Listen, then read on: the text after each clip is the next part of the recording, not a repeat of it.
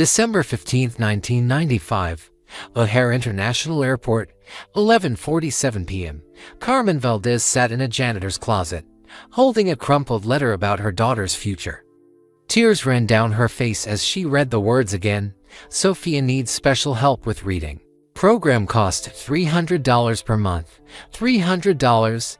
It might as well have been $3 million. Carmen worked 2 jobs cleaning offices by day, mopping airport floors by night. She barely slept 3 hours between shifts. But even working 20 hours a day, 7 days a week, she couldn't afford to give her brilliant 12-year-old daughter the help she desperately needed. Sophia wanted to be a doctor.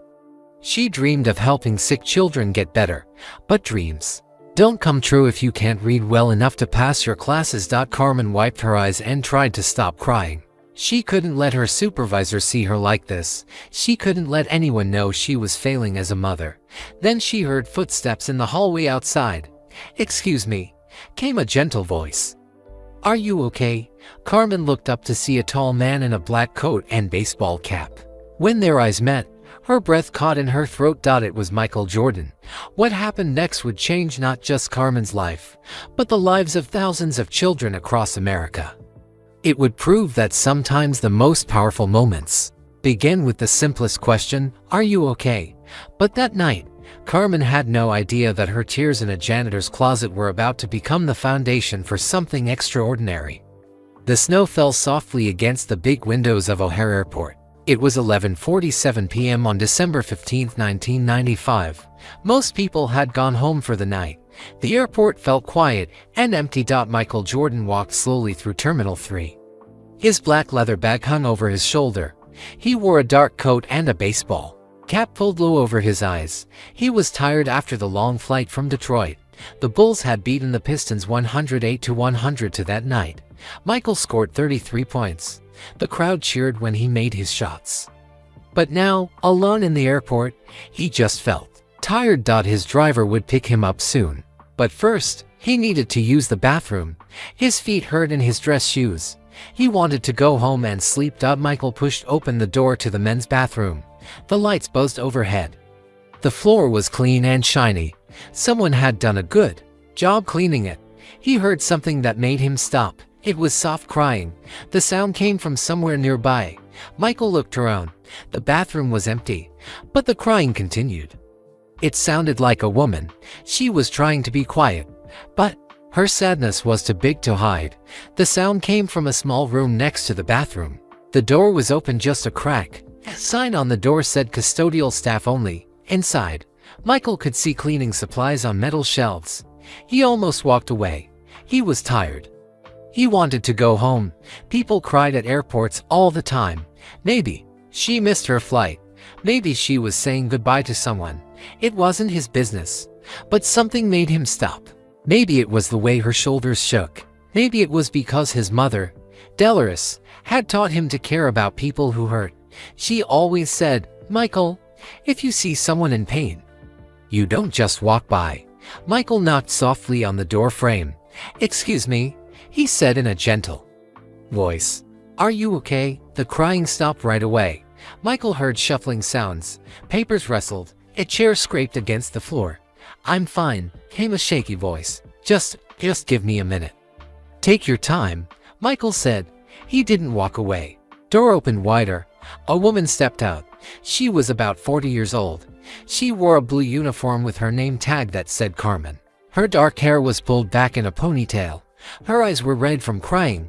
She looked up at Michael. Her mouth fell open. Her eyes grew wide. "Oh my goodness," she whispered. You're Michael Jordan." "Yes, ma'am," Michael said with a small smile. "But right now, I'm just someone who wants to know if you're all right." Carmen quickly wiped her eyes with the back of her hand. She tried to stand up straighter. "I'm sorry, Mr. Jordan. I shouldn't be crying at work. I'm really sorry you had to see this." "Don't be sorry," Michael said. "We all need to cry sometimes." "What's wrong?" Carmen looked down at her hands. She was holding a crumpled white letter. Her fingers shook as she held it. It's nothing important. You probably have somewhere to be. I don't want to bother you." Michael shook his head. "I'm not in a hurry. And you're not bothering me." He meant it. Something about this woman reminded him of his own mother. She worked hard. She cared about people. She was strong. But right now she was hurting. "What's in that letter?" he asked gently. Carmen looked up at him. She seemed surprised that he really wanted to know. Most people would have walked away by now. It's about my daughter," she said quietly. "Her name is Sophia. She's 12 years old." Michael waited for her to continue. He didn't rush her. "She's the smartest kid in her class," Carmen said. Her voice was full of love and pride. "She gets straight A's. She wants to be a doctor when she grows up." "That's wonderful," Michael said. "You must be very proud." "I am," Carmen said. Then her voice cracked again. "But this letter, it says she needs help. Special help with her reading. She's falling behind because English is hard for her. It's her second language." Carmen's tears started flowing again. "The school has a program that could help her, but it costs money. Money I don't have." Michael felt his heart tighten. He knew what it was like to worry about a child's future. He thought about all the kids who had dreams but needed help to reach them. "Tell me about Sophia," he said softly. "What does she like to do?" Carmen's face lit up, even through her tears. "She loves to read medical books from the library. She takes care of her stuffed animals like they're real patients. She says she wants to help sick children get better." Michael smiled. "She sounds like a special kid." "She is," Carmen whispered. "But what if I can't give her what she needs? What if I'm not enough?" Michael looked at this woman who worked so hard for her daughter. He thought about his own mother, who had sacrificed so much for her children. He knew he had to help. "What's your name?" he asked. "Carmen," she said. "Carmen Valdez." "Well, Carmen Valdez," Michael said, "I think we need to talk." Carmen looked around the empty hallway. She felt nervous talking to the most famous basketball player in Chicago. "Maybe in the whole world, Mr. Jordan. You don't have to listen to my problems. I know you're busy and important. Call me Michael," he said. "And right now, nothing is more important than this." He meant it. Carmen could see it in his eyes. They were kind eyes, not the eyes of someone who was just being polite. "Why don't you tell me about yourself?" Michael said. "How long have you worked here?" Carmen took a deep breath. 8 years. "I started working here when Sophia was 4 years old." She told him her story. She came to Chicago from Mexico when she was 22 years old. She spoke very little English then. She carried big dreams but had very little money. "I wanted a better life," Carmen said. "Not just for me, but for the family I hope to have someday." She met Sophia's father, Roberto, at a restaurant where they both worked. He was kind and funny. He made her laugh when she felt scared in a new country. But Roberto got sick when Sophia was 3 years old. The doctors couldn't help him. He died when Sophia was 4. "That's when I started working here," Carmen said. "I needed a job with good benefits. Sophia needed to see doctors for checkups. I needed to make sure she stayed healthy." Michael listened carefully. He didn't interrupt. He didn't look at his watch or act like he wanted to leave. "Working here saved us," Carmen continued. "The pay isn't much, but it's steady. And I have insurance for Sophia. That's the most important thing." "What about during the day?" Michael asked. "Do you work other jobs?" Carmen nodded. "I clean offices downtown. I work from 6 in the morning until 2 in the afternoon. Then I come home and spend time with Sophia. She gets home from school at 3:30. "When do you sleep?" "I sleep from 3 in the morning until 5:30. Sometimes I take a nap when Sophia does her homework." Michael shook his head. Carmen worked almost 20 hours every day. She worked 7 days a week. She never took vacations. "That must be so hard," he said. "It's worth it," Carmen said quickly. "Sophia is everything to me. She's so smart." "Michael, you should see her report cards. All A's. Her teachers say she's special." Carmen's face glowed when she talked about her daughter. All her tiredness seemed to disappear. "She reads books that are too hard for most kids her age. She watches doctor shows on TV and asks me questions about what the doctors are doing. She wants to understand everything." "What does she say about becoming a doctor?" "She says she wants to help kids who are sick. She says kids shouldn't be scared when they go to the hospital. She wants to make them feel better." Michael smiled. Sophia sounded like an amazing kid. "But this letter," Carmen said, holding up the crumpled paper. It says she's falling behind in reading. The other kids are reading faster than she is. It's because English is still hard for her. Sometimes. Carmen's voice got shaky again. At home, we speak Spanish. It's easier for both of us. But at school, everything is in English. Sophia is trying so hard, but she needs help. What kind of help? Michael asked. There's a special reading program at her school. It's for kids who speak two languages. The teachers work with them extra time every day. They help them understand the hard words. They teach them tricks to read faster. That sounds perfect for Sophia. It is perfect, Carmen said. But it costs $300 every month. I don't have $300 extra dollars. Carmen looked down at her hands. I've tried everything. Asked my boss if I could work extra hours. But there are no extra hours to work. I already work almost every hour of the day. Have you talked to the school? Maybe they have scholarships or help for families. I tried. They said all their scholarship money is already given to other families. They told me to try again next year.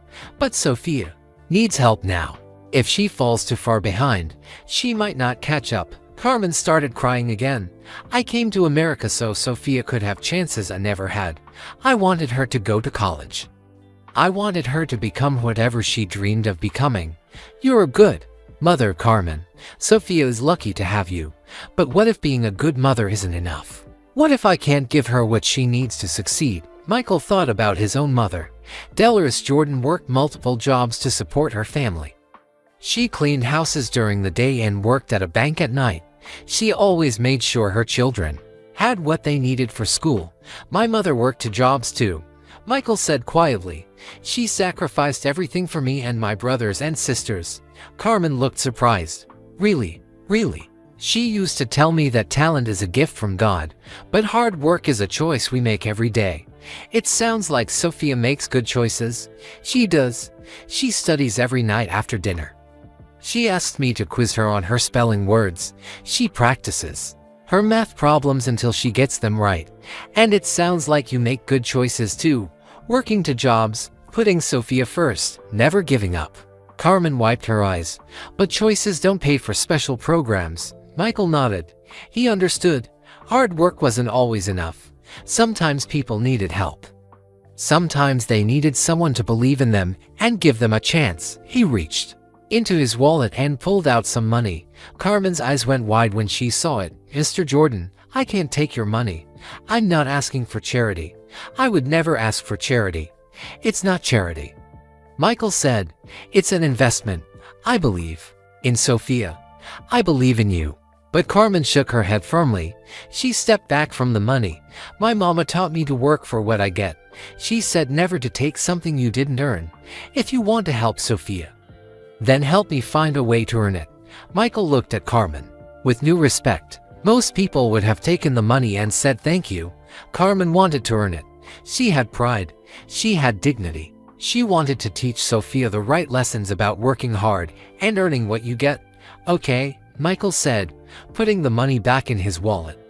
What if I told you I might have a job opportunity, something that would pay you enough to afford Sophia's program and more? Would you be interested in hearing about it? Carmen looked confused. What kind of job? I don't know how to do anything except clean. Michael smiled. You know how to care about people. You know how to work hard. Know what it means to sacrifice for someone you love. Those are the most important skills anyone can have. I don't understand. I've been thinking about starting something to help kids like Sophia.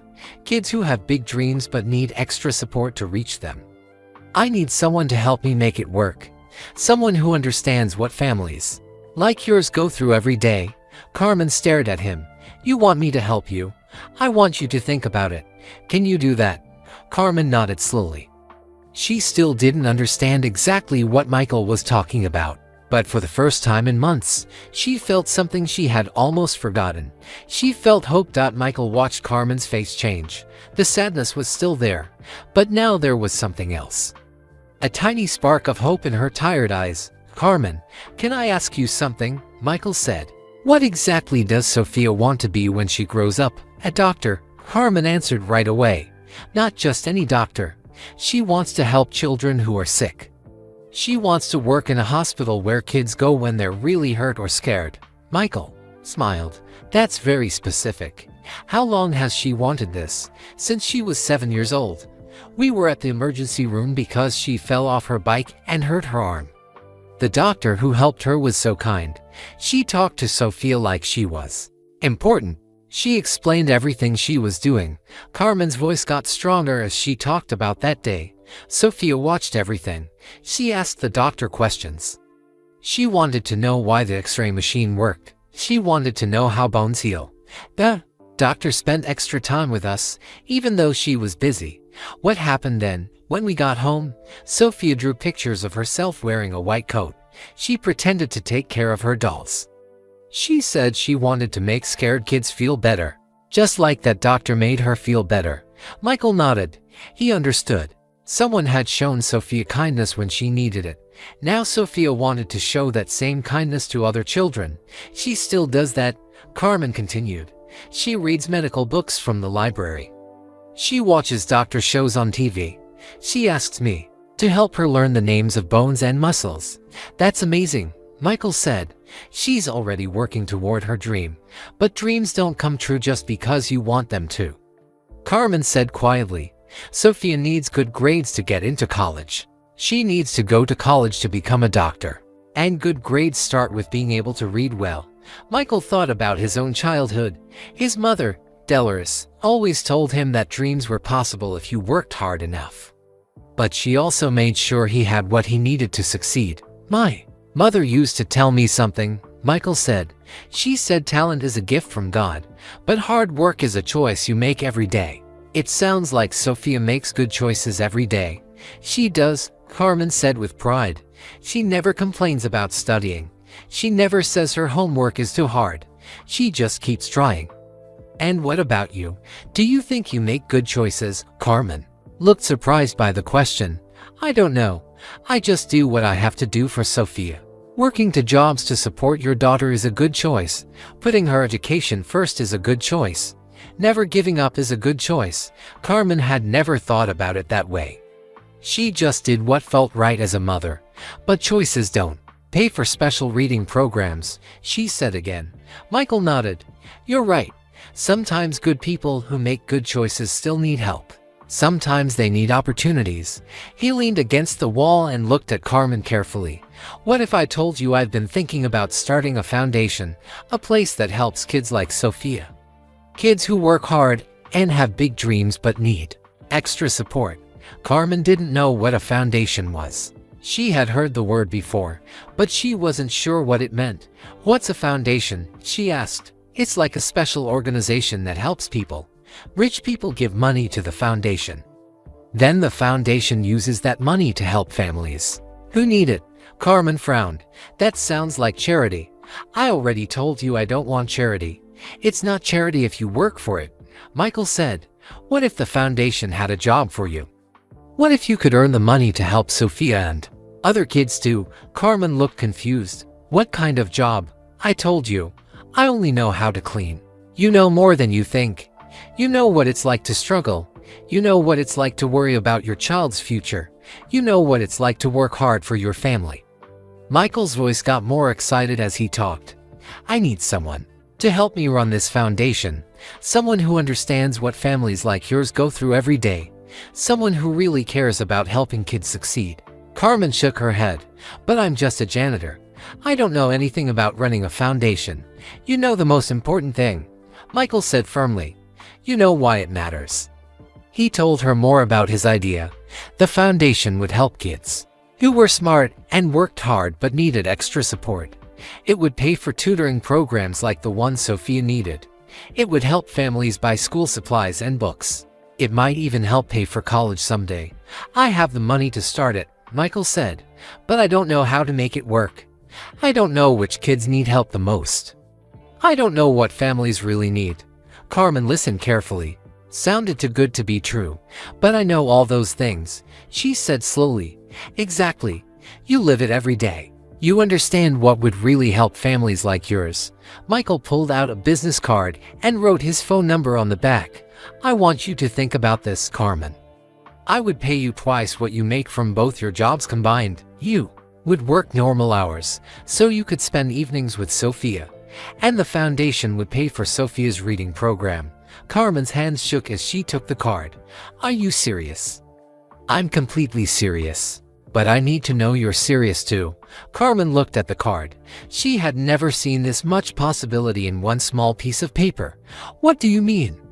I need to know you really want to help other kids, not just Sophia. This job would be about helping hundreds of children, maybe thousands someday. Are you ready for that responsibility? Carmen thought about all the times she had seen other mothers crying at the grocery store because they couldn't afford things their kids needed. She thought about other kids at Sophia's school who seemed sad or worried. Yes, she said quietly. I want to help other kids too. Good. Then here's what I want you to do. Take some time to think about this opportunity. Talk to Sophia about it. Decide if you really want to take on this challenge. Michael started walking toward the exit. Then he stopped and turned back. Carmen, there's one more thing. If you decide you want this job, you have to prove you're ready for the responsibility. What do you mean? I want you to find 5 kids in your neighborhood who need help with school. Spend time with them over the next 2 weeks. Help them with homework. Encourage them. Show them that someone believes in them. Carmen felt nervous. I've never done anything like that before. Neither have I, Michael said with a smile. But sometimes the best way to learn something is to just start doing it. He handed her another card. Call me after Christmas if you're interested. But only if you complete the challenge first. Carmen watched Michael Jordan walk away through the empty airport terminal. She looked down at the cards in her hand. Then she looked at the letter about Sophia's reading program. For the first time in months, she wasn't just worried about her daughter's future. She was excited about it. Carmen walked slowly through the empty airport. Her mind was spinning with everything Michael Jordan had told her. A foundation, a job, a chance to help other kids like Sophia. She looked at the business cards in her hand. One had Michael's phone number. The other was blank except for his signature. She couldn't believe this was really happening. When she got home, Sophia was asleep. In her small bed, Carmen sat down in the kitchen and read the school letter again. $300 every month. Money she didn't have, but now there might be another way. Carmen made herself a cup of tea and thought about Michael's offer. A foundation to help kids who worked hard but needed extra support. Kids whose parents worked 2 jobs but still couldn't afford special programs. Kids just like Sophia. The next morning, Carmen woke up at 5:30 like always. But something was different. Instead of feeling tired and worried, she felt energy running through her body. Sophia came into the kitchen for breakfast. She wore her school uniform and carried her backpack full of books. Good morning, Mama, Sophia said, giving Carmen a hug. Good morning, Nija. How did you sleep? Good. I had a dream that I was a doctor in a big hospital. I was helping a little boy who broke his leg. I made him laugh so he wouldn't be scared. Carmen smiled. Sophia had dreams like this all the time. That sounds like a wonderful dream. Are you ready for school? Yes. Today we're learning about the human heart in science class. Did you know the heart beats about 100,000 times every day? Carmen marveled at her daughter's curiosity. Sophia loved learning new things, especially about science and medicine. That's amazing, Sophia. You're so smart. I want to learn everything I can about the human body.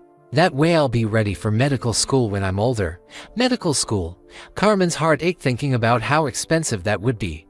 But now, maybe there was hope. After Sophia left for school, Carmen went to her day job cleaning offices. But she couldn't stop thinking about Michael's words. She thought about the foundation. She thought about the challenge he gave her. Find 5 kids who need help with school. Help them for 2 weeks. Show them someone believes in them. Carmen had lived in the same neighborhood for 8 years. She knew many of the families. She knew which parents worked long hours like she did. She knew which kids seemed sad or struggled in school.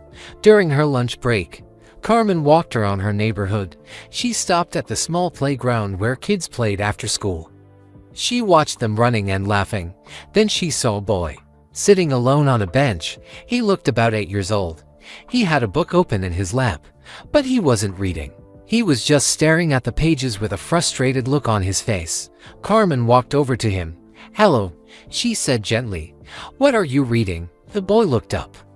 He had big brown eyes and messy black hair. "I'm supposed to be reading this book for school," he said, "but the words are too hard. I don't understand them." "What's your name?" "Miguel. Miguel Santos." "Hi, Miguel. I'm Carmen. What grade are you in?" "Second grade. My teacher says I need to read better or I might have to repeat the grade." Carmen's heart went out to him. She sat down on the bench next to Miguel. "Where are your parents right now?" "They're both at work. They work until 6 o'clock. My abuela watches me after school, but she doesn't speak English very well." Carmen understood.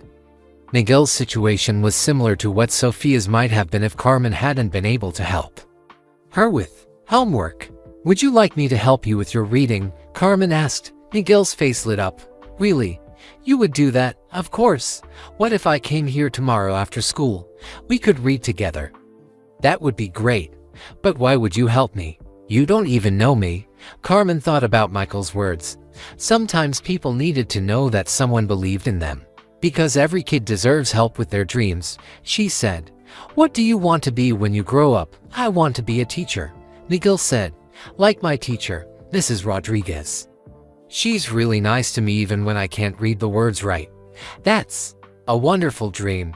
And teachers need to be good readers so they can help their students." Miguel nodded seriously.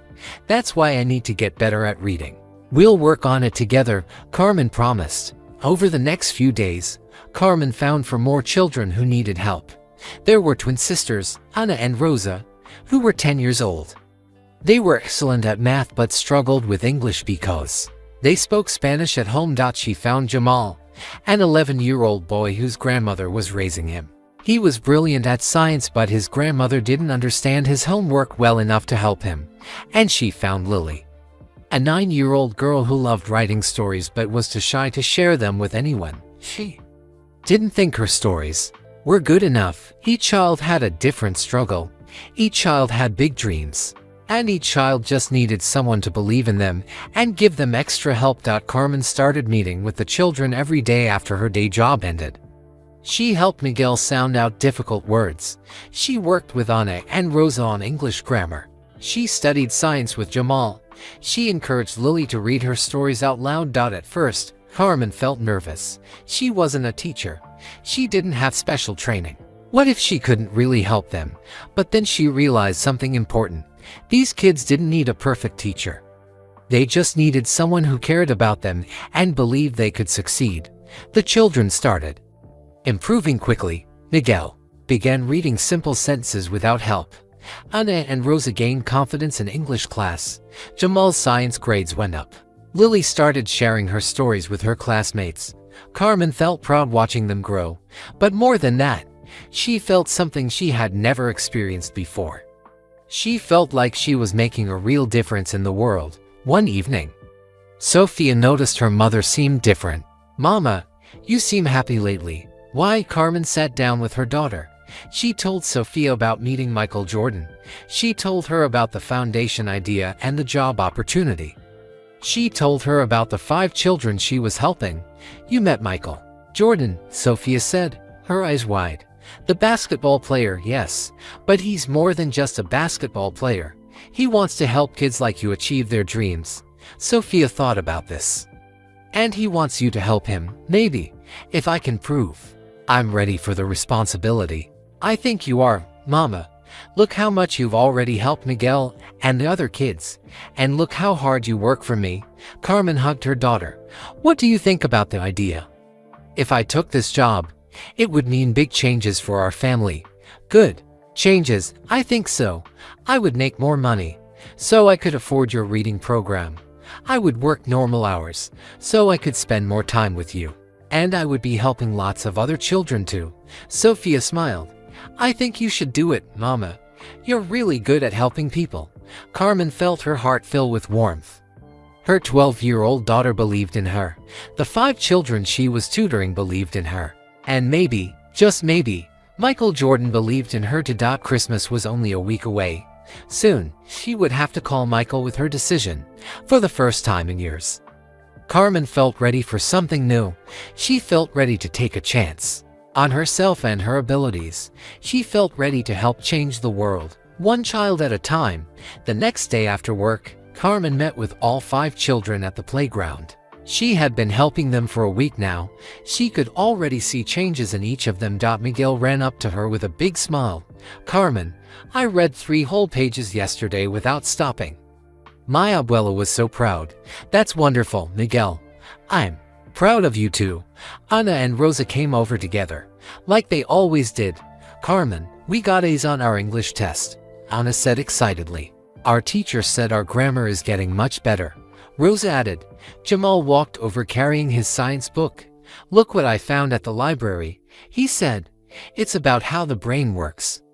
I understand most of the words now." Lily was the last to join them. She was still shy, but she wasn't as quiet as before. "Carmen, I wrote a new story. Would you like to hear it?" Carmen's heart felt full. These children were growing and learning. They were gaining confidence. They were starting to believe in themselves. "I would love to hear your story, Lily. But first, I want to tell you all something important." The children sat down on the playground benches and looked at Carmen carefully. "I'm going to continue helping you with your schoolwork," Carmen said. "But I also want to tell you about something exciting that might happen." She explained about meeting Michael Jordan. She told them about the foundation idea. She explained that she might get a job helping many more children like them. "You met Michael Jordan?" Jamal asked, his eyes wide. "The basketball player?" "Yes. And he believes that all children deserve help with their education. Children like you." Miguel raised his hand. "If you get this new job, will you still help us?" "Of course I will. But I might also be able to help other kids too. Kids whose parents work hard but can't afford tutoring or special programs." Lily spoke up quietly. "My mom works 2 jobs like you do, Carmen. She always looks tired. And my parents work at night," Miguel said. "They want to help me with homework, but they're not home when I need help." Ana and Rosa nodded. "Our dad works at a factory. He doesn't know English very well, so he can't help us with our reading." Carmen realized that all these children understood what it was like to have parents who worked hard but couldn't always provide extra help with school. "What if we could help more kids like you?" Carmen asked. "What if there was a place where children could get tutoring and help with homework? What if there were programs to help kids who have big dreams but need extra support?" Jamal got excited. "That would be amazing. There are lots of kids at my school who need help. My cousin Rosa, not this Rosa, but another Rosa, she's really smart but she's failing math," Miguel said. "Her mom cries because she can't afford a tutor." Carmen felt a spark of an idea. "What if you could help other kids too? What if kids who get help then turn around and help younger kids?" The children looked at each other with interest. "You mean, like, I could help other kids learn to read after I get better at reading?"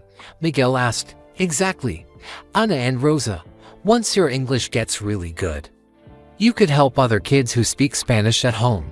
And I could help kids with science," Jamal said. Lily smiled shyly. "Maybe I could help kids who want to write stories but are too scared to try." Carmen felt amazed. These children weren't just thinking about themselves.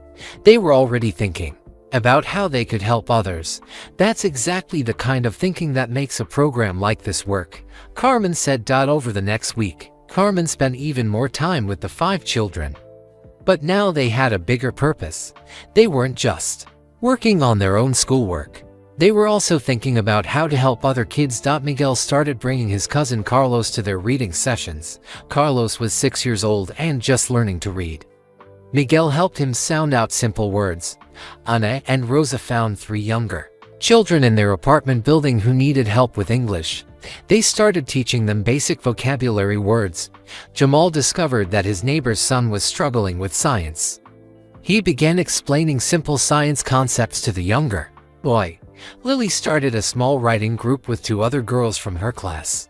They wrote stories together and shared them with each other. Carmen watched all of this happening and felt amazed. She had thought Michael wanted her to help 5 children. But those 5 children were now helping other children. The circle of help was growing bigger. Word began to spread through the neighborhood. Other parents heard about the kids who were getting help with homework. They started asking Carmen if she could help their children to. Mrs. Martinez knocked on Carmen's door one evening. "I heard you're helping children with their schoolwork. My daughter Isabella is having trouble with math. Could you possibly help her?" Mr. Johnson stopped Carmen at the grocery store. "My son Kevin heard that some kids are getting reading help. He's struggling in school. Is there room for one more?" Carmen felt overwhelmed but also excited. So many children needed help. So many. Parents were working hard but couldn't afford tutors or special programs. She started organizing the children into small groups. The older kids helped the younger ones. The kids who were good at reading helped kids who struggled with reading. The kids who understood math helped kids who found math difficult. Carmen didn't have a fancy classroom or expensive materials. They met at the playground, in the community center, and sometimes in Carmen's small apartment. They used library books and homework from school. But something magical was happening. The children were learning from each other. They were supporting each other. They were becoming a community of kids who believed in education and helping others. Sophia watched her mother organize all of this and felt proud. "Mama, you're already running a foundation. You just don't have an office yet." Carmen realized Sophia was right. She wasn't waiting for Michael Jordan to give her permission to help children. She was already doing it. She was already making a difference.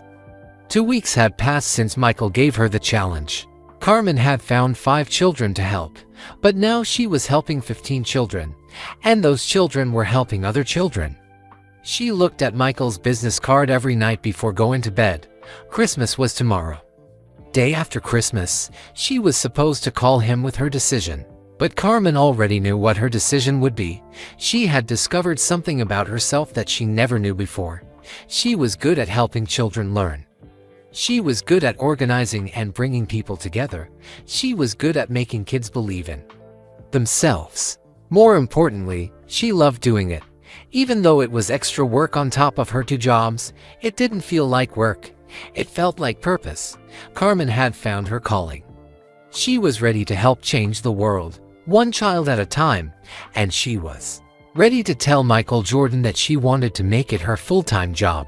But first, she wanted to spend Christmas with Sophia and celebrate how far they had both come. Tomorrow would be a day of family and gratitude. The day after Christmas would be the first day of their new life. Christmas Eve morning came quietly to Carmen's small apartment. Snow fell softly outside the window. The Christmas tree Sophia had decorated with paper ornaments sparkled in the corner. Carmen woke up early, like always, but today felt different.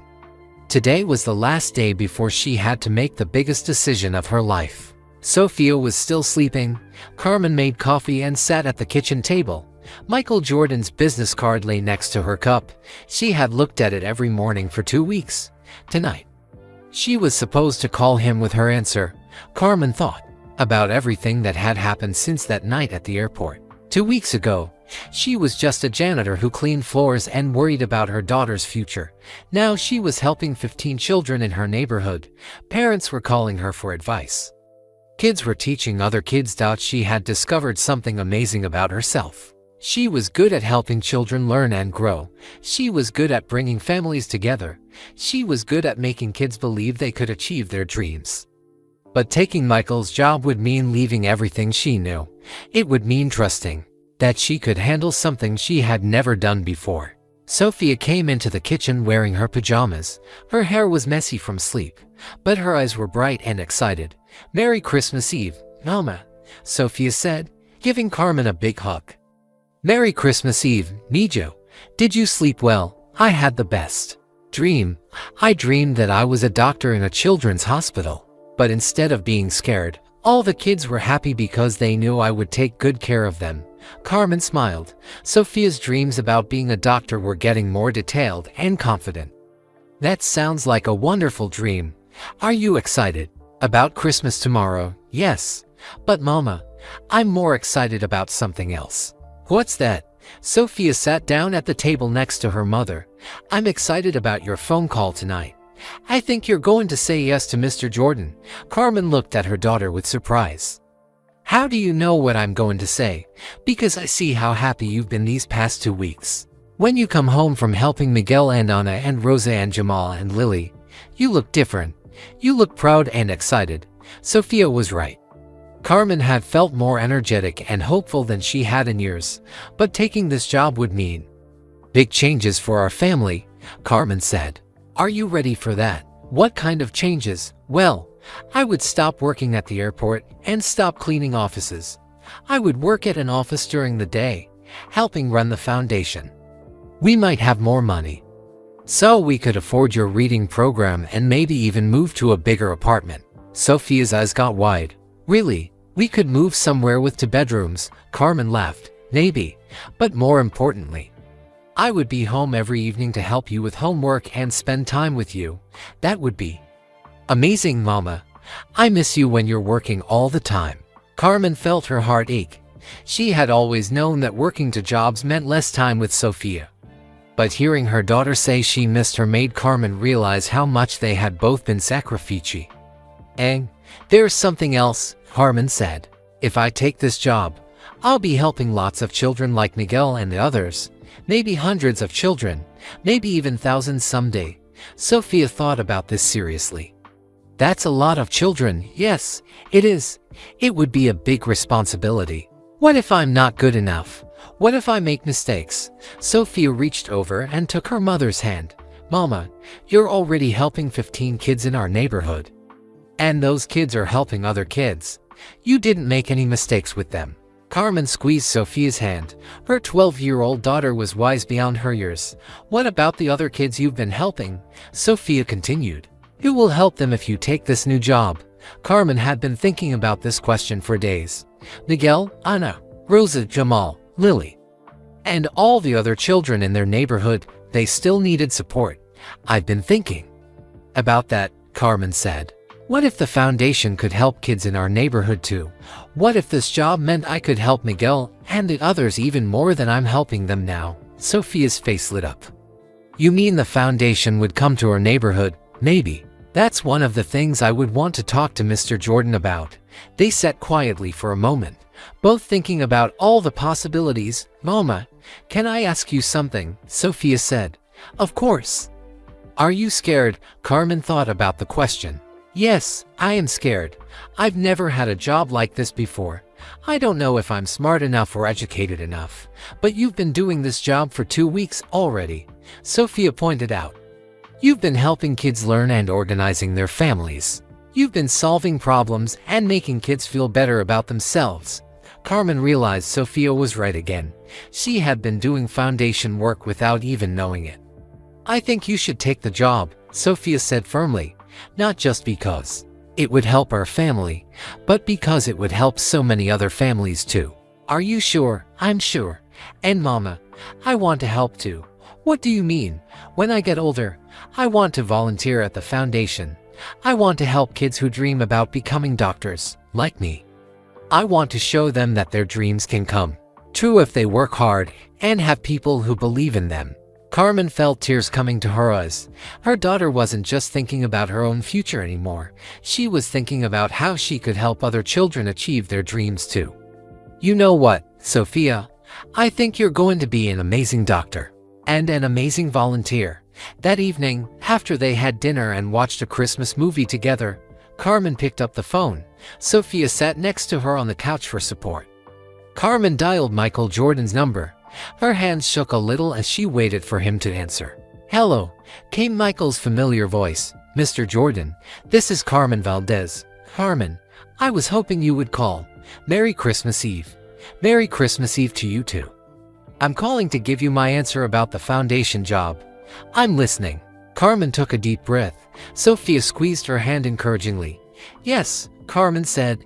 Yes, I want to take the job, but I have some questions and some ideas I'd like to discuss with you. I'm all ears.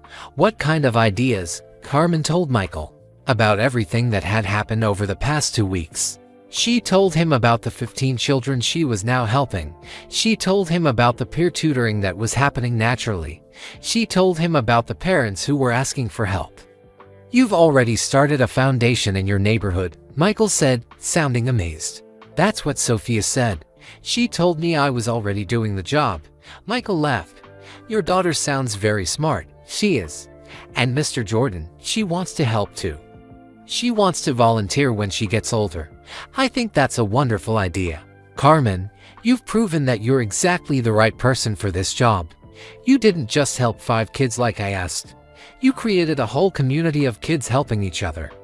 Carmen felt proud and nervous at the same time. So what happens next?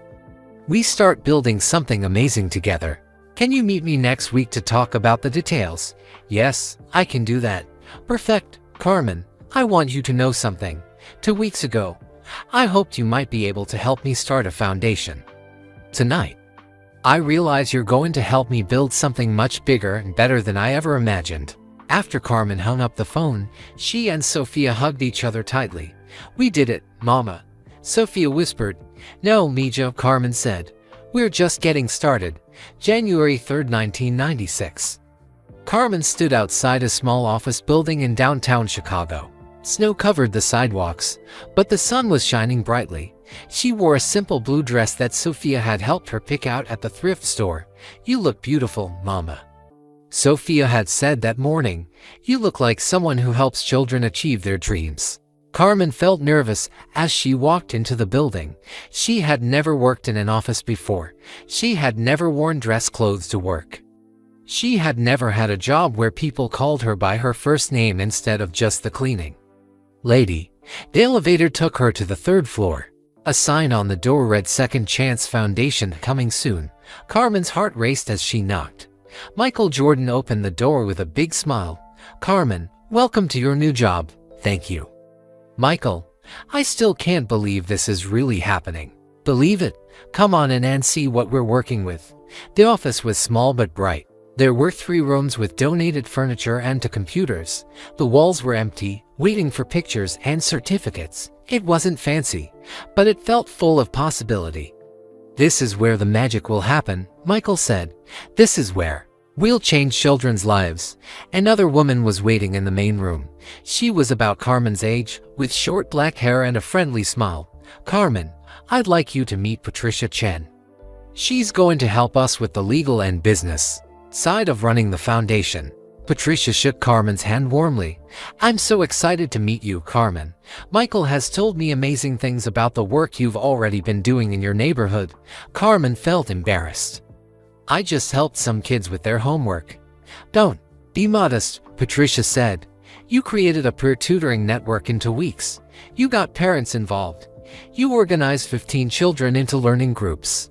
That's exactly the kind of leadership we need. Michael nodded. Carmen, you proved something very important. You proved that kids want to help other kids when you give them the chance. That's going to be the heart of our foundation. They spent the morning talking about programs and ideas. Carmen was amazed by how much she had to contribute to the conversation. She knew which types of help children needed most. She understood what challenges families faced. She had ideas about how to make programs work in real neighborhoods with real families. I think we should start with after-school tutoring, Carmen said. Kids need help with homework, but their parents are working. If we can provide tutoring at schools and community centers, we can reach more children. That's brilliant, Patricia said, taking notes. What else? We need mentoring programs. Kids need adults who believe in them and encourage their dreams. Not just help with schoolwork, but someone who listens to their goals and helps them figure out how to reach them. Michael smiled. You're already thinking like a foundation director. Carmen felt a warm feeling in her chest. For the first time in her life, people were asking for her opinions and treating her ideas as important. There's something else, Carmen said. I think kids should help other kids. Miguel is helping his cousin Carlos learn to read. Ana and Rose are teaching English to younger children. When kids help each other, they both learn more. Peer tutoring, Patricia said, writing quickly. That's innovative and cost-effective. Over the next few hours, they planned the foundation's first programs.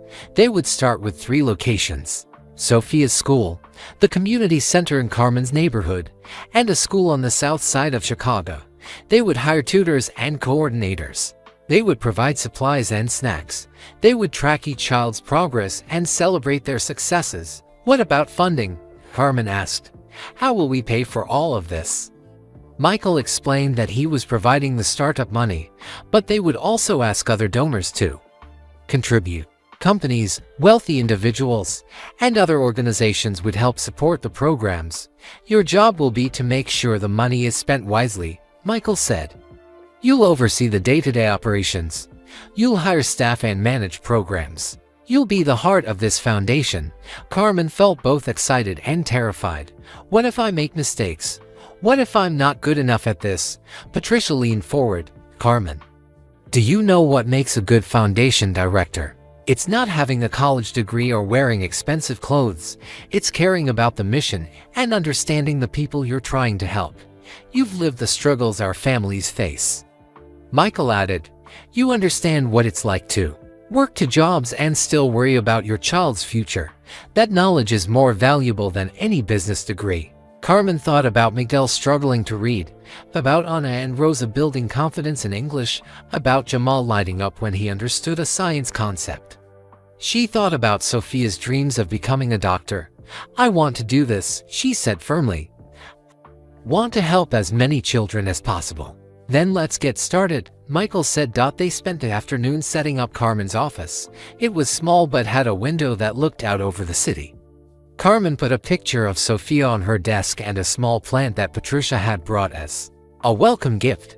This is really my office, Carmen asked, sitting in her new chair. It's really your office, Michael confirmed. And tomorrow, we start interviewing tutors for our first program. When Carmen got home that evening, Sophia was waiting with dinner ready and homework spread across the kitchen table. How was your first day, Mama? Carmen sat down and told Sophia everything. She described the office, meeting Patricia, planning the programs, and seeing her name on the door. They want me to hire tutors and manage the programs, Carmen said. They're treating me like I'm really capable of running a foundation. That's because you are capable, Sophia said simply. You've been proving it for weeks. That night, Carmen called her old supervisor at the airport to officially give her notice. Mr. Rodriguez was proud but sad to see her go. You're going to help so many families, Carmen, but we'll miss you here. You always worked harder than anyone else. Carmen also called her boss at the office cleaning company. She felt guilty leaving, but she knew this was the right choice. Next morning, Carmen put on her blue dress again and returned to the Second Chance Foundation office. Today, she would start interviewing tutors. Tomorrow, she would visit the 3 schools where they planned to start programs. As she unlocked her office door, Carmen thought about the journey that had brought her here 3 weeks ago. She was crying in an airport bathroom, worried about her daughter's future. Today, she was the director of a foundation that would help hundreds of children. She thought about Miguel, Anna, Rosa, Jamal, and Lily. This weekend, she would visit them and tell them about the foundation. She would let them know that the help they had been giving each other was going to become something much bigger. Carmen sat at her desk and opened her notebook. She wrote day 1 at the top of the page. Then she made a list of everything she wanted to accomplish that week. Interview tutors, visit schools, eat with parents, order supplies, plan the opening day celebration. Each item on the list represented children who would get help with their homework, children who would gain confidence in school, children who would dare to dream bigger dreams. Sophia was right. Carmen was capable of this job. She was ready to help change the world, 1 child at a time, and she was just getting started. 6 months later, Carmen could hardly believe how much had changed. The Second Chance Foundation was now helping over 200 children across Chicago. What started as a small idea in an airport bathroom had become something amazing. Carmen arrived at the office early every morning, just like she used to arrive early for her cleaning jobs. But now she wore business clothes and carried a briefcase. Sophia had helped her pick out 3 different outfits from the thrift store so she could look professional. Good morning, Carmen, called Jennifer, one of the tutors Carmen had hired. The kids at Lincoln Elementary are so excited about today's science program. Carmen smiled. Jennifer was a college student who wanted to become a teacher. The foundation paid her to tutor kids after school, and she was wonderful with them. That's great, Jennifer. How is Marcus doing with his reading? He's reading to grade levels higher than when he started. His mother cried when she saw his report card last week. Stories like this happen every day now. Children who had been struggling in school were getting better grades. Kids who had been shy were gaining confidence. Families were feeling hopeful about their children's futures. Carmen walked to her office and found a stack of letters on her desk. Parents wrote to thank the foundation for helping their children. Teachers wrote to say how much their students had improved. Children wrote to tell Carmen about their dreams for the future. One letter was from Anna, one of the twin girls Carmen had first helped in her neighborhood. "Dear Carmen," the letter said, "thank you for believing in me and Rosa. We both got accepted to the magnet school for math and science. We want to be engineers when we grow up. Someday we want to help build bridges and buildings that will help people. We will never forget that you were the first person to help us believe we could do anything." Carmen felt her heart swell with pride. Anna and Rosa were proof that giving children support and encouragement could change their entire future. Patricia knocked on Carmen's office door. "Do you have a minute? A reporter from the Chicago Tribune wants to interview you about the foundation." Carmen felt nervous. "A reporter? Why would they want to talk to me?" "Because what we're doing here is special, Carmen. Other cities are asking how they can start similar programs. You've created something that really works." The reporter, Ms. Williams, came to the office that afternoon. She was a friendly woman with a notebook and a camera. "Tell me how this foundation started," Ms. Williams said. Carmen told the story, starting with that night at the airport. She explained how Michael Jordan had challenged her to help 5 children, and how that had grown into helping hundreds of children. "What makes this foundation different from other tutoring programs?" the reporter asked. "We believe in peer tutoring," Carmen explained. "Older kids help younger kids. Children who are good at math help children who struggle with math. When kids teach each other, they both learn more." "Can you give me an example?" Carmen smiled, thinking of Miguel. "One of the first children I helped was an 8-year-old boy named Miguel. He couldn't read very well. Now he's 10, and he's helping teach reading to first graders. He's also one of the best readers in his class. That's remarkable." "What about funding? How do you pay for all these programs?" "Michael Jordan provided our startup money, but now we have donations from local businesses and individuals who believe in our mission. We also apply for grants from foundations and government programs," Patricia added. "Carmen has been amazing at writing grant applications. She knows exactly how to explain what children need and why our programs work." After the reporter left, Carmen sat in her office thinking about how much her life had changed. She was now writing reports, managing budgets, and giving interviews. She was doing things she never thought she could do, but the best part was still working directly with children and families. Every few weeks, Carmen visited O'Hare Airport. She went back to see her old coworkers in the custodial department. She wanted them to know she hadn't forgotten where she came from. Carmen called Mr. Rodriguez when he saw her walking through Terminal 3. "Look at you. We're all so proud." Carmen hugged her former supervisor. "How is everyone doing?" "Good, good. But I have to tell you something. Several of my employees have been asking about the foundation. They want to know if their children can get help with school." "Of course they can," Carmen said immediately. "Have them call the office and we'll set up meetings." Mr. Rodriguez smiled. "You know, Carmen, that night you met Michael Jordan in the bathroom, I never imagined it would lead to all this." Carmen laughed. "I never imagined it either. I was just crying about Sophia's reading program." "How is Sophia doing now?" "She's amazing. She's in the advanced reading program at school. Her grades are excellent. She's already talking about which colleges she wants to attend that weekend." Carmen took Sophia to visit Miguel, Anna, Rosa, Jamal, and Lily. These 5 children had become like family to them. They were the first children Carmen had helped, and they were thriving. Miguel was now in 4th grade and reading at 6th grade level. He spent 2 hours every week helping younger children learn to read. Anna and Rosa were in 7th grade at their magnet school. They were excelling in advanced math and science classes. Jamal was in 8th grade and had won first place in the city science fair. He wanted to study medicine like Sophia. Lily was in 6th grade and had published 3 stories in the school newspaper. She was also teaching a creative writing workshop for younger students. "Look what you all accomplished," Carmen told them as they sat together in the community center. "You never gave up on yourselves, and now you're helping other kids never give up either." Anna raised her hand with a question. "Miss Carmen, what about all the other kids in our neighborhood who still need help?" "There are kids who don't know about the foundation yet." Carmen felt proud. Anna was always thinking about others, just like Sophia did. "You're right, Anna. There are still children who need help. Do you have any ideas about how we can reach them?" The 5 children came up with a plan. They wanted to start a peer mentoring program where successful students from the foundation would visit schools and talk to other kids about the importance of education. "We could tell them our stories," Miguel suggested. "We could show them that if we can improve in school, they can too, and we could help them sign up for foundation programs." Rosa added. Lily spoke up quietly. "We could also help them believe in their dreams.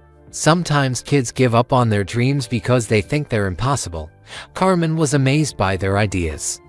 These children who had needed help just 8 months ago were now ready to become leaders and help others. "I think that's a wonderful plan," Carmen said. "Let's talk to Patricia about starting a student ambassador program." Sophia, who had been listening carefully, raised her hand. "Can I be an ambassador too? I want to tell kids about becoming a doctor." Carmen hugged her daughter. "Of course you can, Ija. You have an important story to tell." As they walked home that evening, Sophia asked her mother a question. "Mama, are you happy with your new job?" Carmen thought about the question. "Yes, Sophia, I'm very happy. But do you know what makes me happiest?" "What?" "Seeing children like Anna and Miguel and you become leaders. Watching you all grow up to help other children. That's the best part of my job." Sophia smiled. "I'm proud of you, Mama. You didn't just change our life. You changed lots of families' lives." Carmen looked up at the Chicago skyline. Somewhere in the city, over 200 children were doing homework with the help of foundation tutors.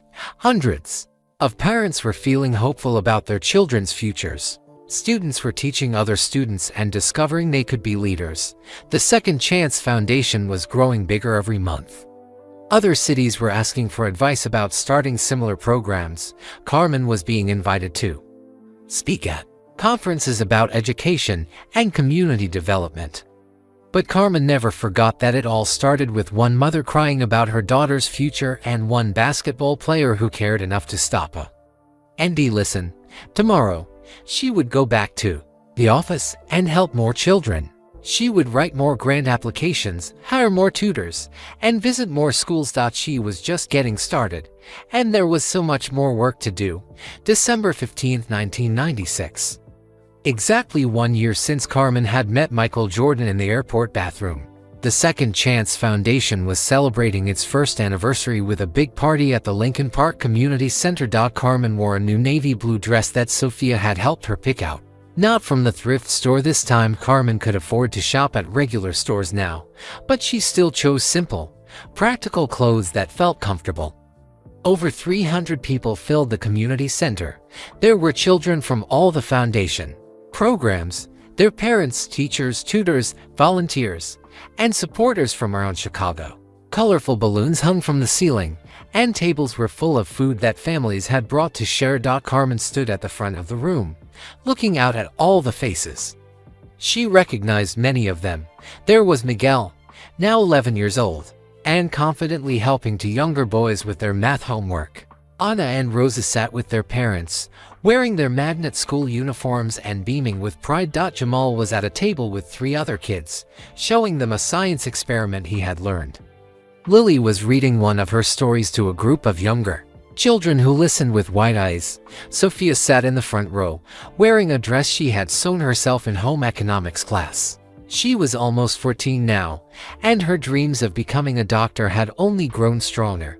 She volunteered at the foundation every weekend, helping kids with science homework and talking to them about setting goals. Carmen cleared her throat and tapped the microphone. The room grew quiet. 1 year ago today, Carmen began. "I was crying in a janitor's closet at O'Hare Airport because I thought I couldn't give my daughter the future she deserved. The People nodded. Many of them understood that feeling. I thought my problems were too big to solve. I thought I was alone. I thought that working hard wasn't enough to help my family get ahead. Carmen's voice grew stronger as she continued. But that night, I learned something important. I learned that when we help each other, we can accomplish anything. When we believe in each other's children, we create hope for everyone's future. The crowd applauded.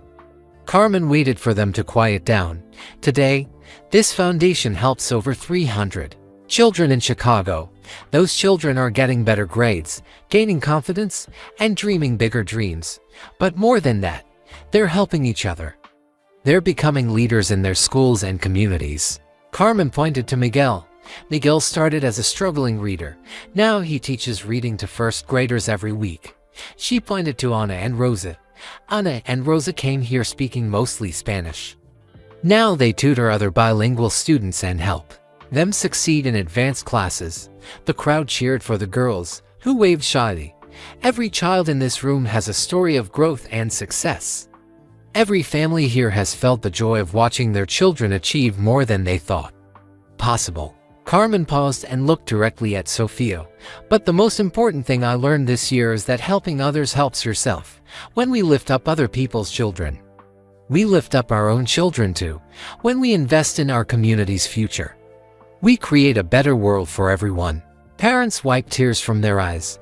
Teachers nodded in agreement. The children looked proud and excited. So today, we're not just celebrating 1 year of the Second Chance Foundation.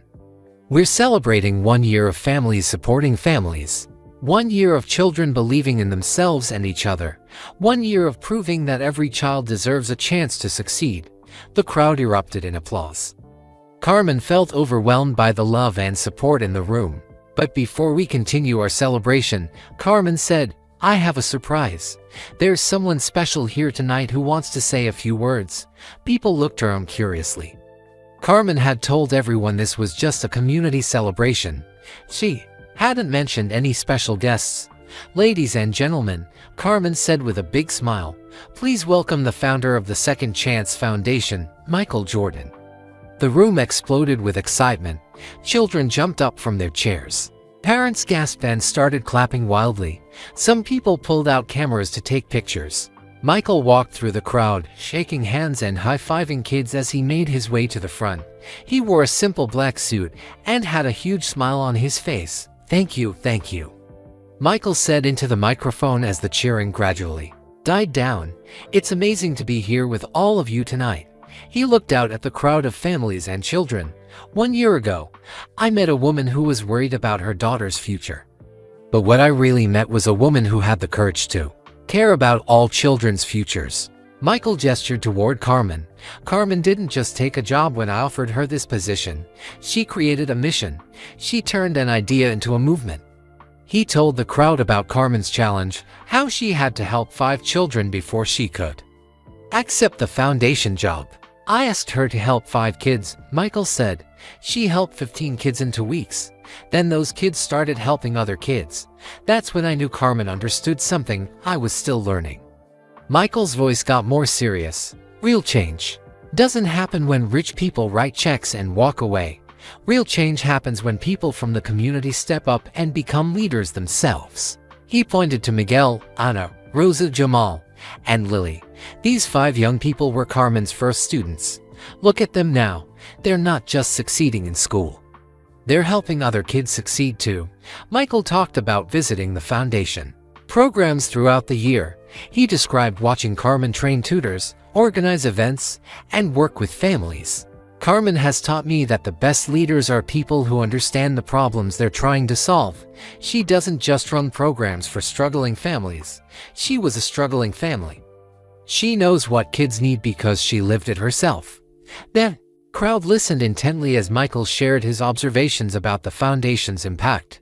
But tonight, I want to make an announcement that even Carmen doesn't know about yet. Carmen looked surprised. Michael winked at her. Because of Carmen's leadership and the incredible success of this program, I'm donating $1 million to expand the Second Chance Foundation to 5 more cities across the country. The room went absolutely wild. People jumped up and down. hugged each other, and cheered so loudly that Michael had to wait several minutes before he could continue speaking. Carmen felt stunned. $1 million, 5 more cities, thousands more children would get help with their education. Chicago was just the beginning. Michael continued. Carmen has proven that this model works. She's proven that when you give communities the resources they need, they can solve their own problems and help their children succeed. He looked directly at Carmen. I can't wait to see what you accomplish next. After Michael finished speaking, people crowded around him for autographs and pictures. But Carmen noticed something wonderful. Most of the children wanted to talk to Michael about their schoolwork and their dreams, not just about basketball. Mr. Jordan, Miguel said, tugging on Michael's sleeve. I want to be a teacher when I grow up. Carmen taught me that helping other kids learn makes me feel really good.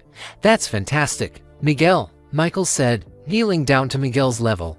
Teachers change the world every day. Anna approached shyly. Mr. Jordan, my sister and I want to be engineers.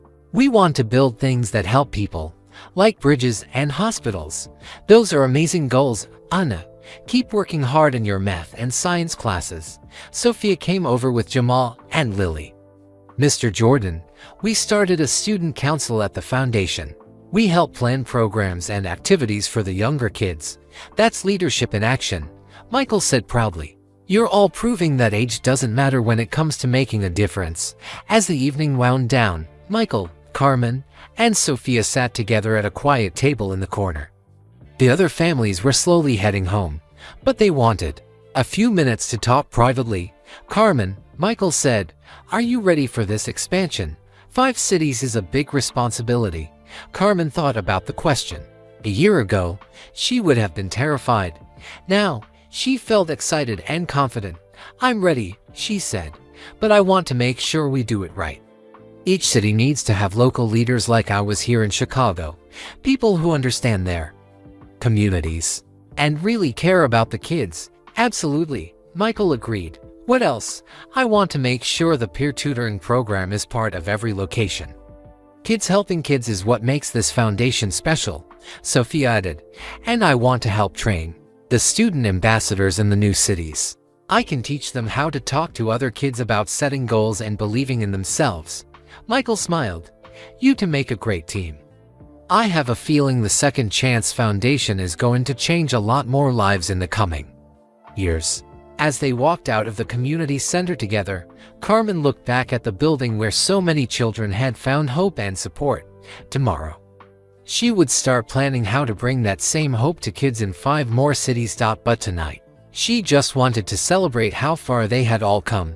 From one crying mother in an airport bathroom to hundreds of thriving families across Chicago, she was ready for whatever came next.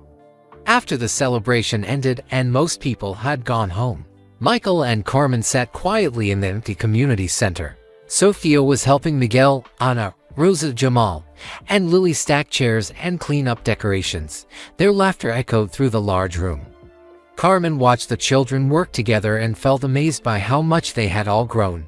A year ago, these kids had needed help with basic schoolwork. Now they were leaders, mentors, and examples for other children to follow. Carmen, Michael said softly, can I tell you something I've never told anyone else? She looked at him with curiosity.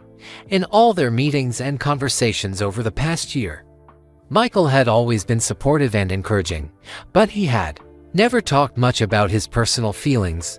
Of course, she said. What is it?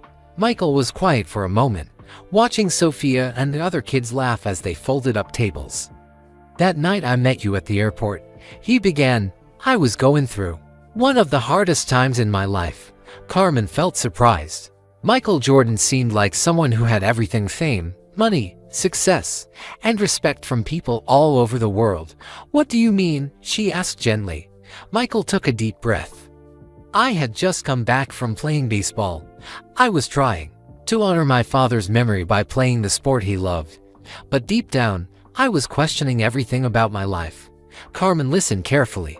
She had read in the newspapers about Michael's father and about his time playing baseball, but she had never heard him talk about it personally. I was asking myself hard questions. Michael continued. Did I still love basketball? Was I making the right choices? Was I the person I wanted to be? Was I using my success to help people the way my father would have wanted? Carmen nodded. She understood what it felt like to question yourself and wonder if you were doing enough. I was walking through that airport feeling sorry for myself. Michael said, I was thinking about how difficult everything was for me, how much pressure I felt, how tired I was of everyone expecting me to be perfect. He paused and looked at Carmen directly. Then I heard you crying, and I almost walked away. I was so focused on my own problems that I almost missed the chance to help someone who really needed it. Carmen remembered that night so clearly. She had been sitting in the janitor's closet, holding Sophia's school letter, feeling like she was failing as a mother. But something made me stop. Michael continued. Maybe it was my mother's voice in my head, telling me to pay attention to people who are hurting. When I talked to you that night, when I saw how much you cared about Sophia, when I saw your strength and your pride, it reminded me why I play basketball in the first place. Carmen didn't understand. What do you mean? Michael smiled. I play basketball to inspire people, to show them that with hard work and dedication, you can achieve your dreams. But that night, you inspired me. I inspired you. Carmen could hardly believe it. Double quotes, yes. You showed me what real courage looks like. You showed me what it means to put someone else's dreams before your own. You were working 2 jobs, barely sleeping, sacrificing everything for Sophia's future. That's true strength. Carmen felt tears starting in her eyes. She had never thought of herself as inspiring anyone. You reminded me that my success only matters if I use it to help other people succeed too. Michael said, you helped me remember why my father was so proud of me, not because I could play basketball, but because he believed I would use my gifts to make the world better. Michael reached into his jacket pocket and pulled out a folded piece of paper. It was old and worn, like he had carried it for a long time. Carmen, there's something else I need to tell you. Something I should have told you from the beginning. Carmen felt her heart start beating faster. What is it? That night at the airport, when I found you crying, it wasn't completely an accident that I was there. Carmen looked confused. I don't understand. Michael explained that earlier that evening, his flight had been delayed. Instead of waiting in the VIP lounge like he usually did, he had decided to walk around the terminal to clear his head. I ended up talking to your supervisor, Mr. Rodriguez. He was working late that night, checking on the custodial staff. Carmen's eyes widened. Mr. Rodriguez, he knew you were going to talk to me. No, he had no idea. But when I mentioned I was feeling lost and wondering how to use my success to help people, he started telling me about his employees. He told me about you. Carmen sat in stunned silence. He told me about how hard you work, how you never complain, how you're always helping other employees when they're having problems. He told me about Sophia and how smart she is. He told me he wished there was something he could do to help your family. Michael unfolded the old paper in his hands. After talking to him, I couldn't stop thinking about your situation. I kept walking around the airport, wondering if there was something I could do to help. When I heard you crying in that bathroom, it felt like I was supposed to be there. Carmen stared at the paper in Michael's hands. What is that? This is the letter you were holding that night. The letter from Sophia's school about the reading program. You dropped it when you stood up to talk to me. I picked it up and I've carried it with me ever since. He handed the letter to Carmen. She recognized it immediately. The same white paper, the same school letterhead, the same information about the $300 monthly program. But there was something Carmen had never noticed before. At the bottom of the letter, in small handwriting, was a note from Sophia's teacher, Mrs. Patterson. The note said, Sophia is one of the most determined students I've ever taught. She never gives up, even when assignments are difficult. With the right support, she could accomplish anything. I believe in her future. Carmen read the note 3 times. Sophia's teacher had believed in her from the beginning. Your daughter's teacher believed in her, Michael said softly. Mr. Rodriguez believed in you. I believed in both of you from that first conversation. But most importantly, you believed in everyone else. Michael gestured towards Sophia and the other children, who were now playing a game while they finished cleaning. Look at them. Carmen, look what you created. Sophia is thriving in school and planning for college. Miguel is a confident reader and a natural teacher. Anna and Rosa are excelling in advanced classes. Jamal is a science star. Lily is a published writer and a mentor to younger kids. Carmen watched the children and felt overwhelmed by emotion. You didn't just change their lives, Michael continued. You changed hundreds of families' lives. You created a model that's going to help thousands more children across the country. Carmen looked down at the letter again, focusing on Mrs. Patterson's handwritten note. I always thought that night was just a coincidence, she said quietly. Maybe it was a coincidence that brought us together, Michael said. But what happened after that wasn't coincidence. That was choice. You chose to take the challenge seriously. You chose to help those 5 children with everything you had. You chose to believe in the Foundation's mission even when you were scared. Michael stood up and walked over to where the children were playing. Sophia, he called. Can you come here for a minute? Sophia ran over, her face glowing with happiness from the evening's celebration. Yes. Mr. Jordan, I want you to know something about your mother. She's one of the bravest people I've ever met. A year ago, she was willing to take a big risk to help you and other children succeed. That takes real courage. Sophia hugged Carmen tightly. I know, Mr. Jordan. I'm proud of my mama every day. Carmen felt the weight of the past year settling over her, all the challenges, all the growth, all the children who had been helped because she had been brave enough to say yes to something bigger than herself. Michael, she said, thank you for believing in me when I didn't believe in myself. Thank you for reminding me why my success matters, he replied. Thank you for showing me that the best way to honor my father's memory is to help other parents achieve their dreams for their children. As they walked out of the community center together, Carmen looked back one more time at the place where so many children had found hope and support. Tomorrow, she would start planning the expansion to 5 new cities. She would train new leaders, hire new staff, and help create programs that would change thousands more lives. But tonight, she was just grateful for the journey that had brought her here. From a crying mother in an airport bathroom to a confident leader ready to change the world, she was ready for whatever came next, and she knew she wasn't facing it alone. 5 years later, December 2001, Carmen stood in her office at the Second Chance Foundation headquarters in downtown Chicago. Through her window, she could see the city skyline stretching toward Lake Michigan. Snow was falling gently, just like it had that night 6 years ago when everything changed. The foundation now operated in 12 cities across the United States. They had helped over 5,000 children improve their grades, gain confidence, and achieve their dreams. What started in a small 3-room office had grown into a national organization with staff, volunteers, and supporters from coast to coast, but today felt especially meaningful. Today was December 15, 2001, exactly 6 years since Carmen had met Michael Jordan in the airport bathroom. Sophia was now 17 years old, a senior in high school with a perfect 4.0 grade point average. She had already been accepted to Northwestern University on a full academic scholarship. She planned to study pre-medicine and then become a pediatric doctor. Just like she had dreamed when she was 12, Carmen's phone rang, interrupting her thoughts. Carmen, it's Michael. Are you ready for tonight's celebration? Tonight, the foundation was hosting its biggest anniversary celebration ever. Over 1,000 people would gather at the United Center, home of the Chicago Bulls, to celebrate 6 years of changing children's lives. I'm ready, Carmen said. Are you sure about having it at your basketball arena? It seems so big. Michael laughed. Carmen, when we started this foundation, you were helping 5 kids in a playground. Now we're helping thousands of kids across the country. We need a big space to celebrate something this important. Carmen smiled. Michael was right. The foundation had grown beyond anything either of them had imagined that first night.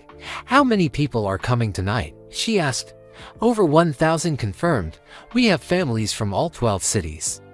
We have kids who graduated from our programs and are now in college. We have tutors and volunteers who have been with us since the beginning. Carmen felt excited and nervous. Speaking to 1,000 people was very different from speaking to 300 people at their first anniversary party. Don't worry, Michael added, as if reading her thoughts. You're going to be amazing. You always are. After hanging up the phone, Carmen walked around her office, looking at the pictures on her walls.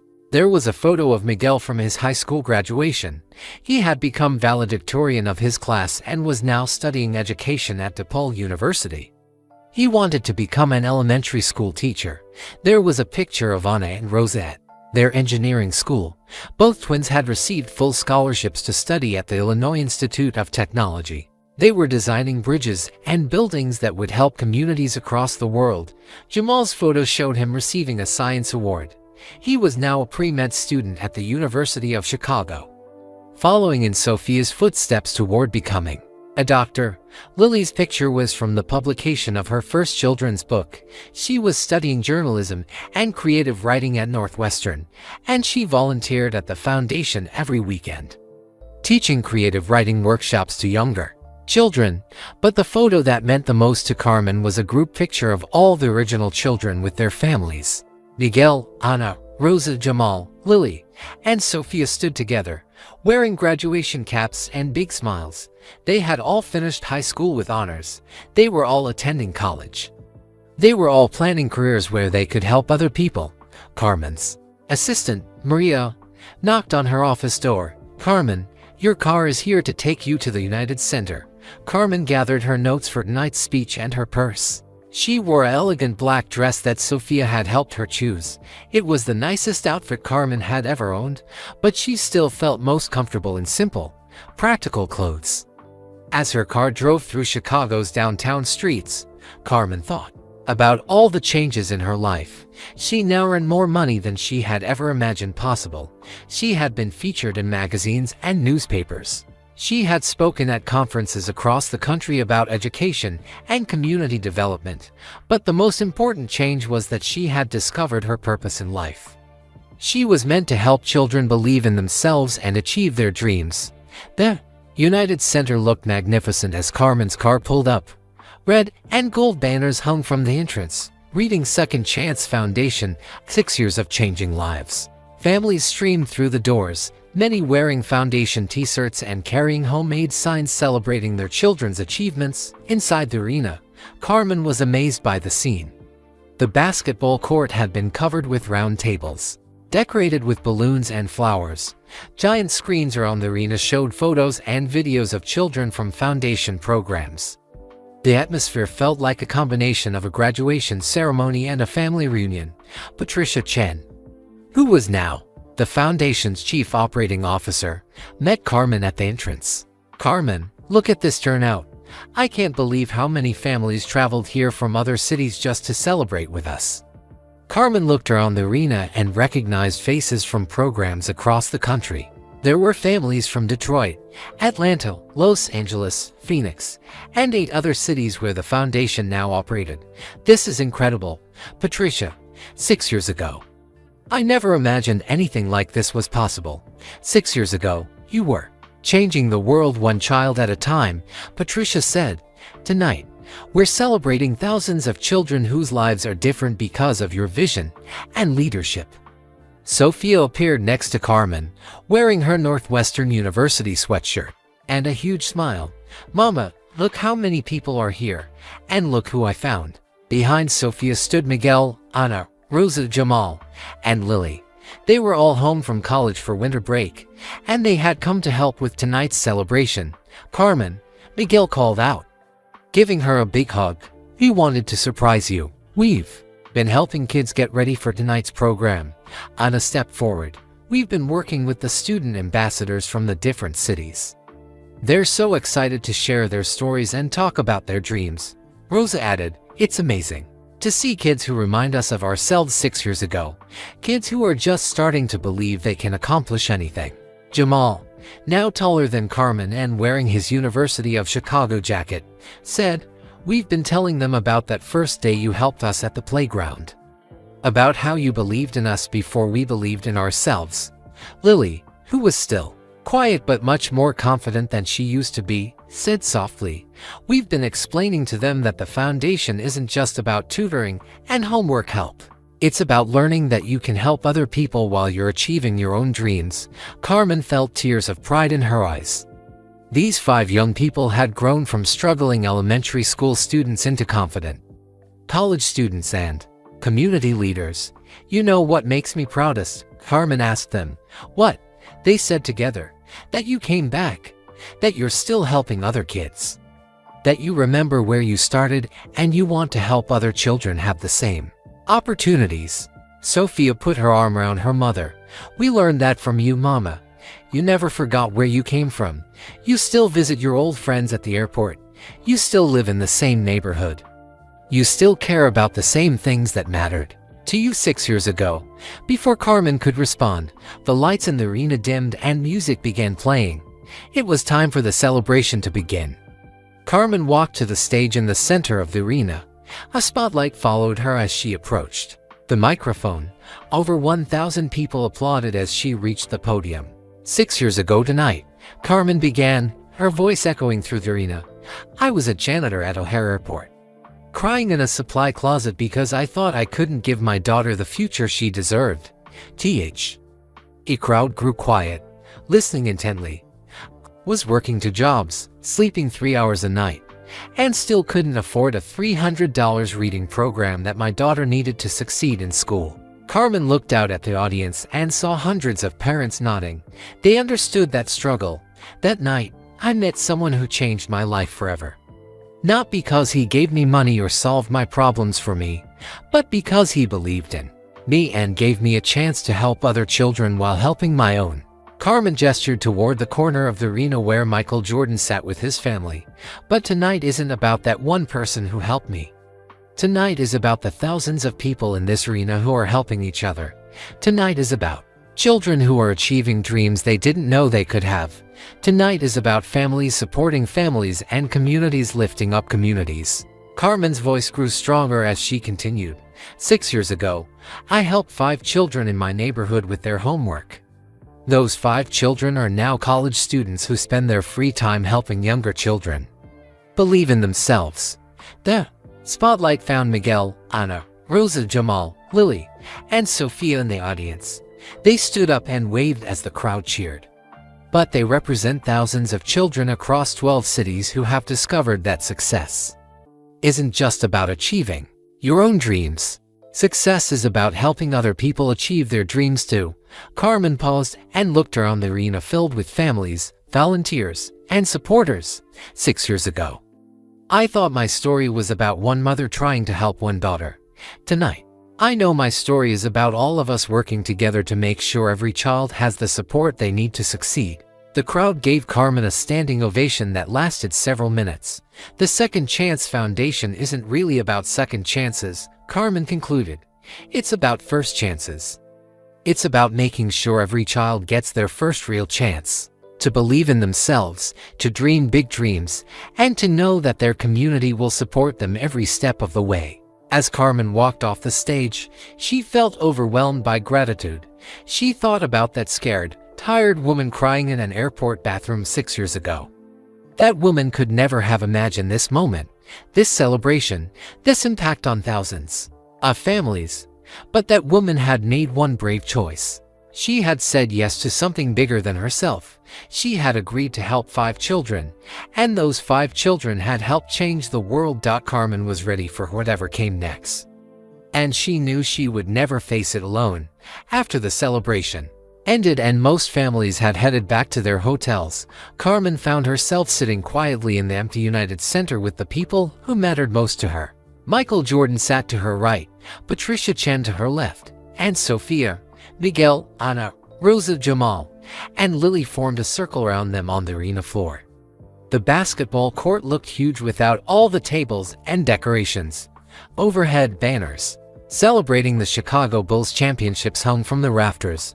But tonight, Carmen felt like they had celebrated something even more important than basketball victories.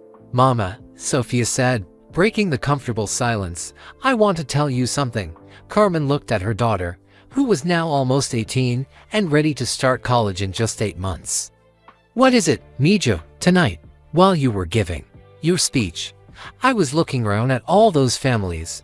I saw parents crying happy tears because their children were succeeding in school. I saw kids who looked exactly like I did 6 years ago, scared but hopeful. Sophia's voice grew stronger as she continued. I realized that everything you went through, all the hard work and the long hours and the worrying about my future, it wasn't just about me anymore. It was about all those children and families. Carmen felt her heart swell with pride. Her daughter had grown into such a thoughtful and caring young woman. And I've made a decision about my future, Sophia announced. Everyone looked at her with curiosity. I still want to become a doctor. I still want to help sick children get better. But I also want to do more with the foundation. Sophia looked around at Miguel, Ana, Rosa, Jamal, and Lily. We've been talking, and we want to start a scholarship program specifically for kids who want to study medicine, teaching, engineering, science, and writing. We want to create a fund that helps foundation kids pay for college and graduate school. Miguel nodded enthusiastically.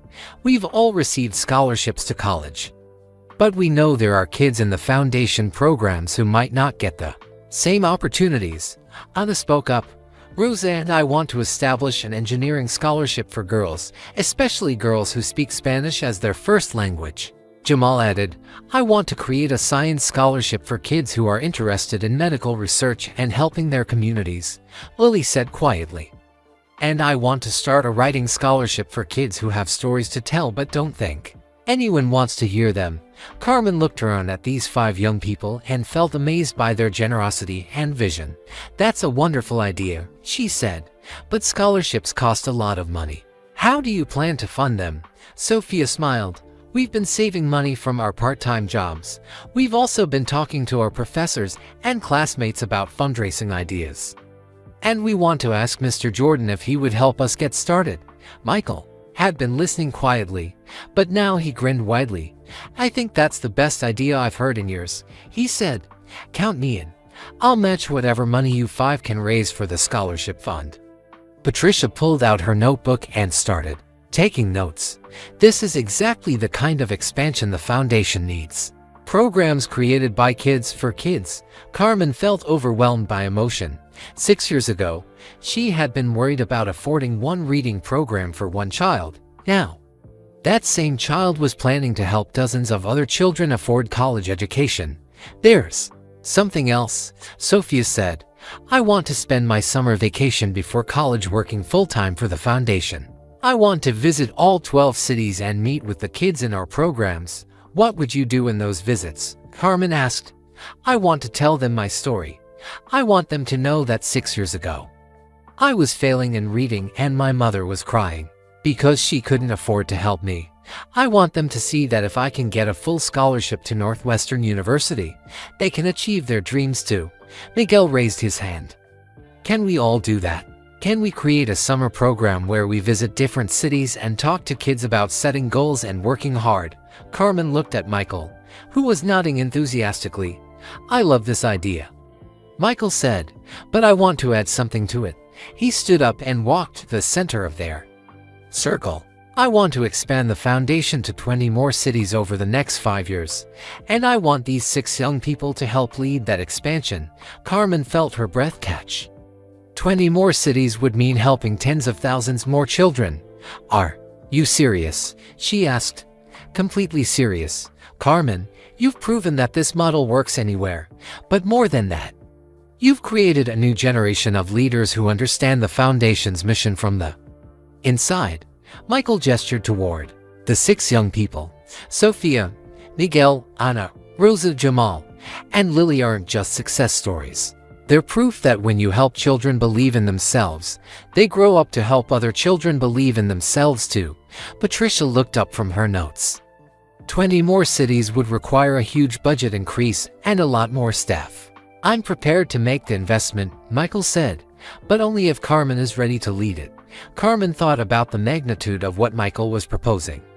The Second Chance Foundation would become one of the largest youth education organizations in the country.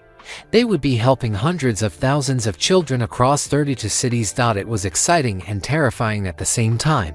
What do you think, Mama? Sophia asked gently. Carmen looked around at the people who had become her second family. Patricia, who had been with the foundation since the beginning and had helped turn Carmen's grassroots ideas into professional programs. Michael, who had believed in her when she couldn't believe in herself, and most importantly, the 6 young people who represented everything the foundation was trying to achieve. I think, Carmen said slowly, that 6 years ago, I was a janitor who just wanted to help her daughter succeed in school. Today, I'm surrounded by young people who want to help thousands of other children succeed in school. She stood up and walked to the center of the circle, just like Michael had done. I think that's the most beautiful transformation I could ever have imagined. Not just my transformation, but all of ours. Carmen looked up at the championship banners hanging from the ceiling. Michael, you won 6 NBA championships with the Chicago Bulls. Those banners will hang here forever, and people will remember your greatness as a basketball player. She looked around at her foundation family. But I think what we're building together is going to last even longer. Every child we help grows up to help other children. Every family we support goes on to support other families. Every community we strengthen becomes a place where more children can thrive. Carmen's voice grew stronger with conviction.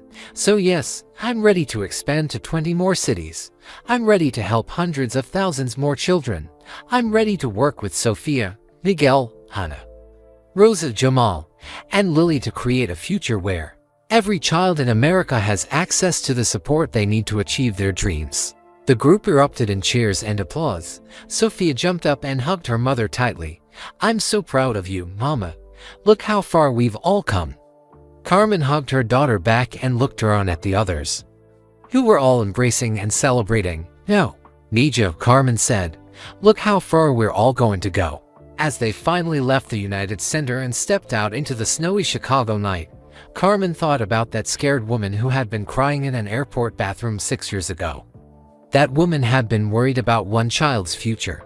Tonight, Carmen was planning for the futures of hundreds of thousands of children, but the most amazing part wasn't how much the foundation had grown. The most amazing part was that Carmen was no longer the only adult working to change children's lives. Sophia, Miguel, Anna, Rosa, Jamal, and Lily were now adults too, ready to carry on the mission and expand it in ways Carmen had never imagined. They walked through the snowy streets of Chicago together, planning and dreaming and laughing. Carmen realized that the scared, worried mother from that night at the airport would be amazed to see this moment. But she would be most amazed by Sophia. The little girl she had been so worried about was now a confident young woman planning to change the world. As they reached their cars, Sophia turned to her mother one last time. Mama, do you remember what you told me that night when you decided to call Mr. Jordan? What did I tell you? You said we were just getting started. Carmen smiled and looked at the group of young leaders surrounding her. I was right, she said. We were just getting started, and now look where we are. Sophia grinned. And now we're just getting started again. Carmen drove home through the quiet streets of Chicago, thinking about everything that lay ahead. Tomorrow, she would start planning the expansion to 20 more cities. She would work with Sophia and the others to create new scholarship programs. She would continue building something that would help children for generations to come. But tonight, she was just grateful. Grateful for that moment of courage 6 years ago when she decided to say yes to something bigger than herself. Grateful for Michael's belief in her potential. Grateful for Sophia's wisdom and strength. Grateful for Miguel, Anna, Rosa, Jamal, and Lily, who had taught her that helping others helps herself. Most of all, she was grateful for the lesson she had learned that first night in the airport. When you help someone else achieve their dreams, you discover your own purpose in life. That purpose had brought her here, to this moment, to this incredible future full of possibility. Carmen was ready for whatever came next, and she knew she would never face it alone. Where are you listening from right now? Let us know in the comments below. We love hearing from our community around the world. If this story touched your heart and inspired you to believe in the power of kindness, please hit that like button to help spread this message of hope. Don't forget to subscribe to our channel for more incredible true stories like this one that remind us of the good in humanity and the power we all have to make a difference. And please share this video with your friends and family. In a world that sometimes feels divided, stories like Carmen and Michael's remind us that kindness, compassion, and believing in others can truly change the world. Together, we can spread more kindness and awareness. Together, we can be the reason someone else never gives up on their dreams. Thank you for listening. And remember, you might be someone's Michael Jordan moment today. Don't let it pass you by. Until next time, keep believing in the power of second chances.